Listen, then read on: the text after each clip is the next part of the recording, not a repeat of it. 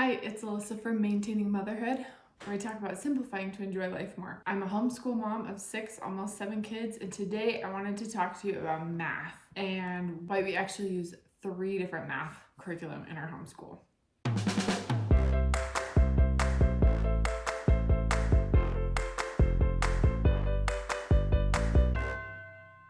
When we first started homeschooling, I realized that I had a couple kids that just weren't quite where I would like them to be in math. Some children felt very confident in math, and others, math was something that would bring them to tears. They had never really done well in math in school.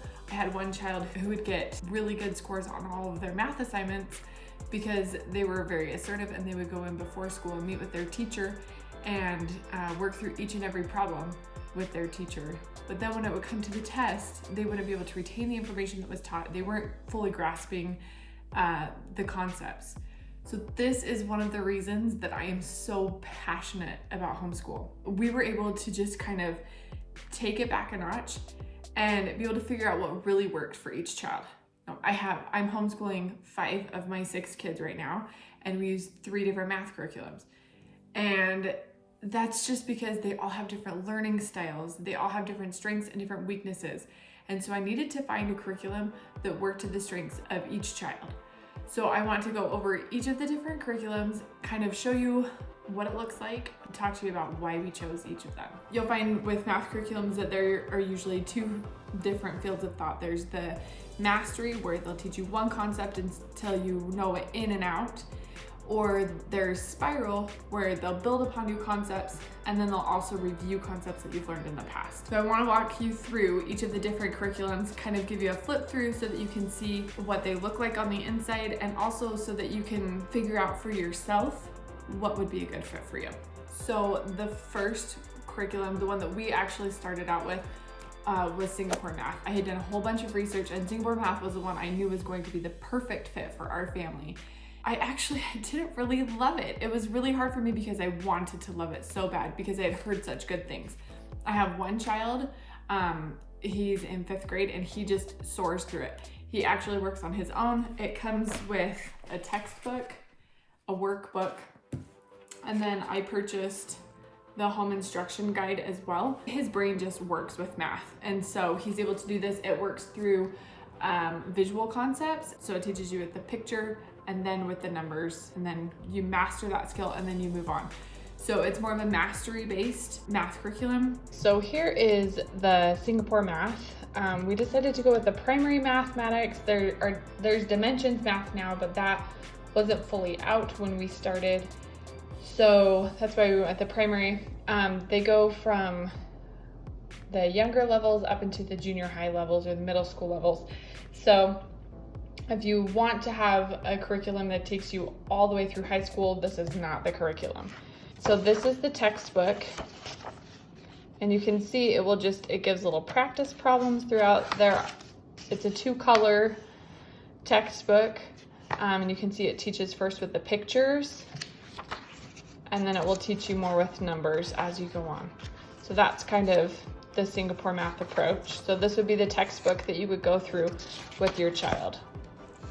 And then there are also these different practice tests in here that your child can do to make sure that they're understanding the concepts.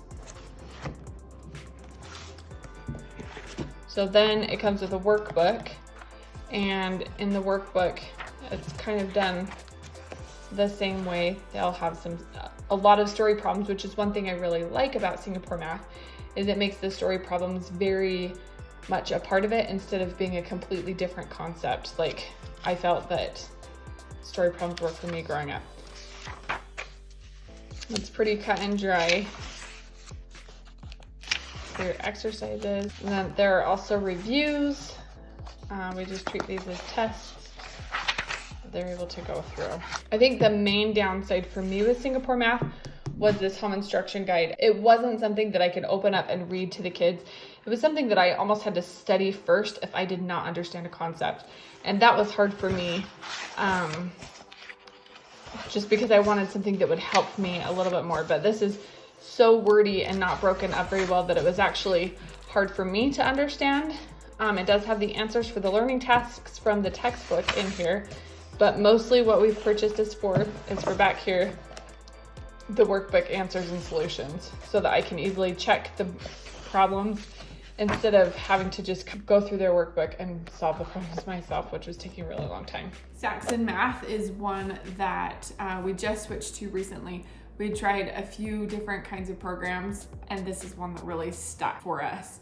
I love Saxon Math because the way that it works, it teaches you a really small portion of the math principle at a time. They also have extremely easy to follow instructions.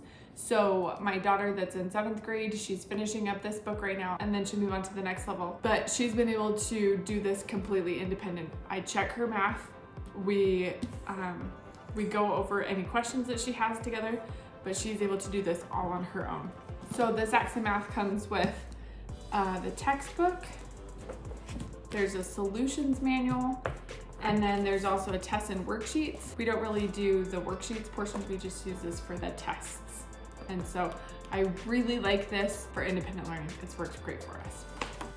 So again, the biggest struggle that my now 7th grader was facing was not being able to remember the concepts that had been previously learned.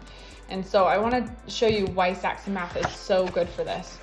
So you'll have a different lesson that you start out with. They'll go over the concept. They have these warm-up practice problems that you can do, but they teach the new concept, and there's all of the instruction for that. Then you have this practice set, and the way that we do it is they do every single practice set, and if they get 100%, then they can move on. With the problem set, this is the review portion, and we usually just do evens or odds because there are a lot. There's about 30 for each problem set, and I just felt that was a little much, and so by doing just evens or just odds, they don't feel so overwhelmed. Now this is my favorite part. You'll see underneath each different question, there's a little number in parentheses. And that little number in the parentheses refers to the chapter that reviews that concept. So say that my child got number 5 wrong, they could go back to chapter 14 and be able to review that and see if then they could solve the problem on their own. So that's been something that's very helpful for my child to review, and also for me to come in as the teacher and be able to say, oh yeah, I can help you with that. Let's just flip right to it. So that's the textbook for Saxon Math. This is the tests and worksheets book. So there are a whole bunch of review, like timed tests that you can do. There's a schedule here, so that way my child can go through and know, okay, today's a test day, and just make sure that they're still learning and retaining the information. And then the tests are nice and simple. They're only 1 page long, about 20 problems each time. And then with Saxon Math, we also have the solution manual. It goes through, like, here's the warm-up, and then the lesson practice, and then the mixed practice. So it's very simply laid out. You can easily find what you need, and then at the back are the answers to the test questions. I love Saxon Math. It has been just the change that we needed in our homeschool. The third math curriculum that we use, and if it were up to me, the only math curriculum that we would use is the Good and the Beautiful math. This is by far, hands down, the most amazing math I have ever seen. I love this because it is so simple. Honestly, when we first started, it was so simple that I thought my kids are never going to learn anything because it was never hard. And then by the end, if you look at the end of the book compared to the beginning, they're doing so much harder math concepts than they were at the beginning, but there has never been any tears. It's all fun. They have fun activities, fun worksheets.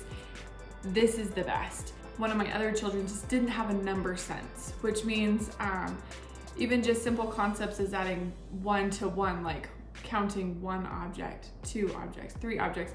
It just wasn't quite making sense. And like, you can speak a different language, this child just did not speak math. And so we decided to take it really far back. This child would have been 3rd grade, but we decided to go back to Math 2 in the Good and the Beautiful. And it has been amazing to see this child really excel. And they feel so smart and so independent. They were able to go on farther in math and teach themselves because they were so confident in their ability. Once it just one day clicked and they're like, oh, I get it, I understand, I speak math. And that has been my favorite part about The Good and the Beautiful Math, is because it teaches so simply and so matter-of-factly that it teaches that number sense, that understanding of, oh, I get it, this works for me. Okay, and now to my favorite math, The Good and the Beautiful. This is so great. I just want to show you why I love it so much. So they have grades, kindergarten, first grade, second grade, and the first half of third right now. So there are 2 parts for each grade. So this is part 1 of math 2. And you can see right at the beginning all of the different concepts that will be covered. Then it also answers a whole bunch of your questions right here at the beginning.